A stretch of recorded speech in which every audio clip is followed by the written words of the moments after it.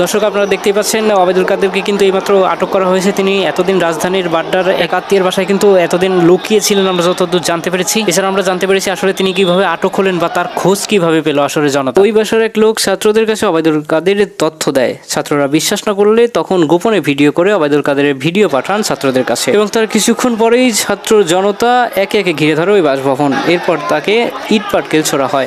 এক পর্যায়ে সেইখানকার পরিস্থিতি বেসামাল হয়ে গেলে পুলিশ সদস্যরা তাদের পুলিশের পিকআপ ভ্যানে করে বা সিকিউরিটি সেফটির যে মাইক্রোবাস রয়েছে সেটাতে করে ওবায়দুল কাদেরকে কিন্তু তাদের একটা হেফাজতে করে নিয়ে যান। শোনা যাচ্ছে জনতার ইট পাটকেলের আঘাতে ওবায়দুল কাদের মাথায় খুব আঘাত পেয়েছেন এবং আপাতত তিনি হাসপাতালে ভর্তি আছেন বলেও জানা গেছে। বর্তমানে ওবায়দুল কাদের পুলিশের হেফাজতে স্পেশালাইজ হসপিটালে ভর্তি রয়েছেন। তাকে পরিদর্শনকারী ডাক্তার বলেন তার অবস্থা খুবই বেগতিক, সুস্থ হতে তার একটু সময় লাগবে, তবে আশা করা যায় যে সে খুব দ্রুত সুস্থ হয়ে উঠবে এবং তিনি সুস্থ হলেই তার বিরুদ্ধে যে হত্যা মামলা বা অন্যান্য মামলাগুলো রয়েছেন সেগুলো কার্যকর করা হবে বলে জানিয়েছেন আদালত। এদিকে ওবায়দুল কাদেরকে কাছে পেয়ে কিন্তু জনতার যে একটা আক্রোশ সেটা কিন্তু দেখা যাচ্ছে।